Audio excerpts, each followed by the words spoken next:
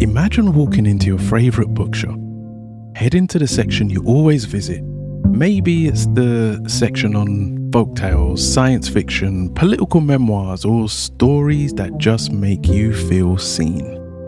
But today, all those sections are gone. The labels are still there, but the books vanished, removed without explanation. It sounds unbelievable, like something out of a dystopian novel, but that's exactly what's happening. Not in a bookstore, but in military libraries across the United States. And today, in this episode of the Black History Buff podcast, we're going to be looking at how the US military is pulling books that address race, gender, and diversity from its libraries. What's behind the move, and what does it say about the stories we choose to keep and the ones we choose to erase? So on May 10th, 2025, the Pentagon issued a directive to military libraries instructing them to review and potentially remove books that address diversity, anti-racism, and gender issues. The order came from Defense Secretary Pete Hegseth under the guise of a content review aimed at aligning materials with the core values of the US military.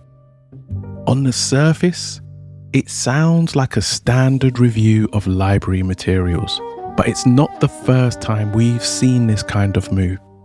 Over the last few years, similar actions have taken place in public schools and local libraries across America. But why now? For some, the directive is seen as a protective measure, a way to ensure that military resources align with a specific set of values and ideologies. For others, and by the way, to be clear, I'm others, it's a blatant act of censorship that targets books advocating for equality and justice. I just want you to just take a minute and imagine being a young recruit. Maybe you're a black woman, a queer soldier, or a Latino immigrant. You're stationed far from home, and the library is one of the few places you can find stories that reflect your experience. Now, those stories are vanishing.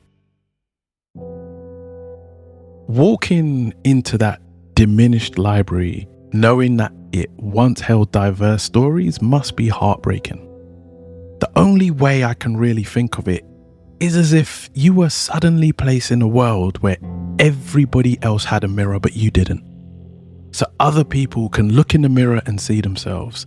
They can check their reflection, see how they're doing, see where their weaknesses are, where their strengths are, but you can't. You're not given the power of reflection. You're not allowed to see yourself exist anywhere in the world. Not in a rain puddle, not in a shop window, not even in the mirrors in your own home. Everyone else gets to see themselves, but you don't. And while some people may not notice it at first, eventually you'd realize that you don't even know what your own face looks like. It's just you and your thoughts. That's what I think it's like when you remove diversity from history.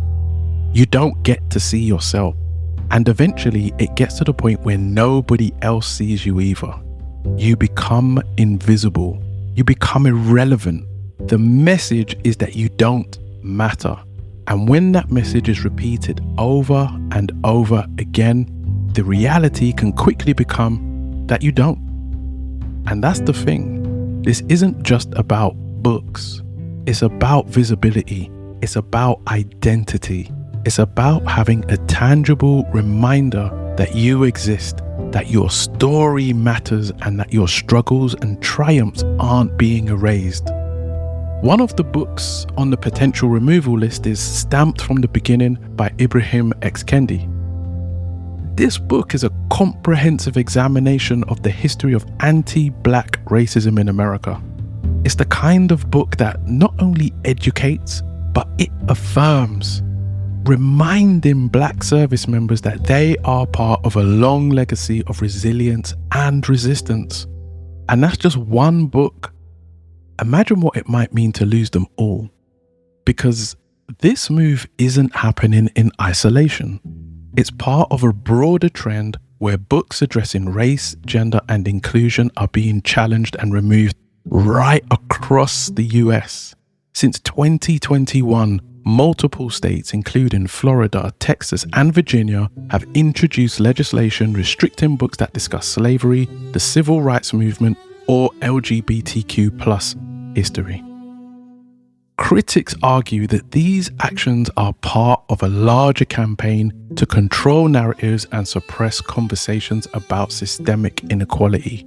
And in a military context, the stakes are even higher, because the military is a microcosm of society. It's a place where people of all backgrounds serve, work, and should be able to live together. Restricting access to books that explore diverse perspectives isn't just about controlling what people read, it's about controlling how they think and what they know. Book censorship isn't new. From Nazi Germany, the McCarthy era, right up to the civil rights movement, there have always been efforts to suppress voices that challenge the status quo. I did a short episode on something called epistemic erasure. You can go back to listen to it, it will be there in the link. But epistemic erasure is the process of eliminating information from public knowledge. And this story right here, it crystallizes that point. By taking these diverse histories, Black history, out of schools, out of publicly accessible resources, you're effectively driving it underground. You're creating a world where we can be deleted out of the history books. That's going to affect us now, but it's also going to affect our children and our children's children. And it's why we need to treasure the resources we have and prevent this from happening as much as we possibly can. And as Black people, we need to be in full control of our own stories. Because if we don't, things like the civil rights movement will get lost to the world. We'll lose the ability and, more importantly, the idea that we can achieve great things. Listen, before I go, I want you to think about this. Who gets to decide what stories we read? Because if we allow institutions that are run by people who don't mean us well to dictate what information is accessible to service members, what does that mean for the rest of us? And what about the service members themselves? Are they less deserving of stories that challenge, inspire, and reflect the diversity of the world they defend? Maybe it's time to ask ourselves, if the books that explore the complexity of race, gender, and inclusion are being pulled from the shelves, what kind of future are we building, and for whom? Because the stories we protect today will shape the world our children will inherit. If this episode moved you, please take a moment, not just to reflect, but to share. Pass it on and start a conversation with someone.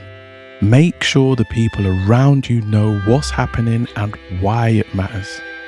Anyway, until next time, stay blessed, stay informed, and keep making history.